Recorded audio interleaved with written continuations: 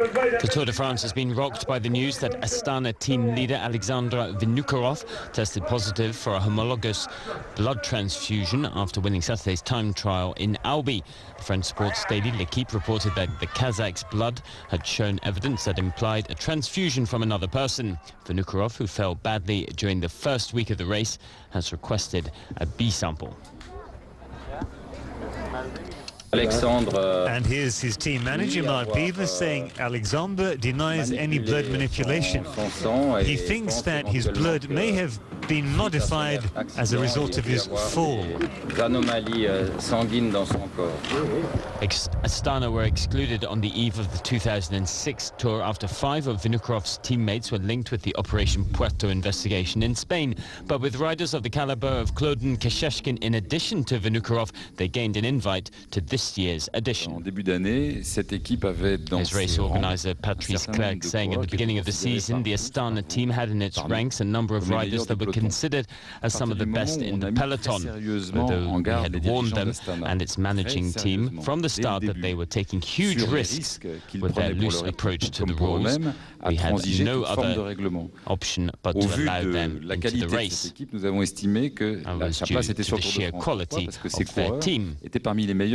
Today, after seeing the way they've behaved, I completely regret this decision. Vu le comportement de ces athlètes, bien sûr que je regrette cette décision.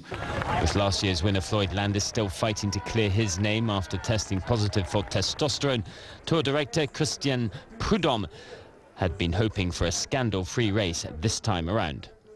And here he is saying, I told the riders before the start of the race in London that this was a great chance to win back credibility, but we failed. And I'd like to tell the riders that still haven't understood that they're playing Russian roulette, and they have to get that into their minds. If they gamble, if they keep on going on like this, cheating and tarnishing the sport's reputation, they have to understand our determination is total. While Vinokourov is most certainly in the dock, Prudhomme stressed that the public were losing out and implied that the UCI, the sport's governing body, must shoulder some of the blame. Well, the system's gone bankrupt. A system doesn't defend a race like the Tour, with hundreds of thousands of fans at the side of the roads, with an incredible start in London, with an exceptional passage through Flanders and Belgium, with decorated villages in Burgundy, with enthusiasm, with crowds on the top of mountaintops like Colombière, Port de Paillers, the crowds on Port de Paillers, on the Col de Peyresourde. A system that doesn't defend this competition, the biggest bike race in the world, cannot survive anymore. Some observers had questioned whether the race should continue, with race leader Michael Rasmussen facing some uncomfortable questions, and now the Vinokourov result. Clerc continues when asked if he ever thought of stopping the race. It never crossed my mind. You know, Christian and I said many times that we started a war against doping, and in a war there are casualties. The Tour de France is going through a black phase, but it's out of the question to give up. It's out of the question to leave room for cheaters. It's out of the question not to be true to our beliefs. De ne pas aller jusqu'au bout de nos idées et jusqu'au bout de nos convictions. Astana, who sacked Matthias Kessler earlier this month after the German rider failed a doping test, have since done the same with Vinokourov, and they have withdrawn all their remaining riders from the Tour at the invitation of race officials.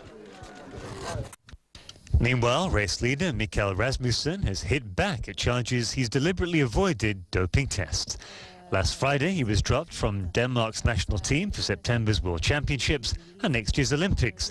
This after failing to reveal his whereabouts for 2 out-of-race doping tests. He claims he simply made an administrative mistake and continues to protest his innocence. I'm sorry that the situation is coming out now, at the moment when I'm wearing the yellow jersey, and it's harming a sport that I dearly love.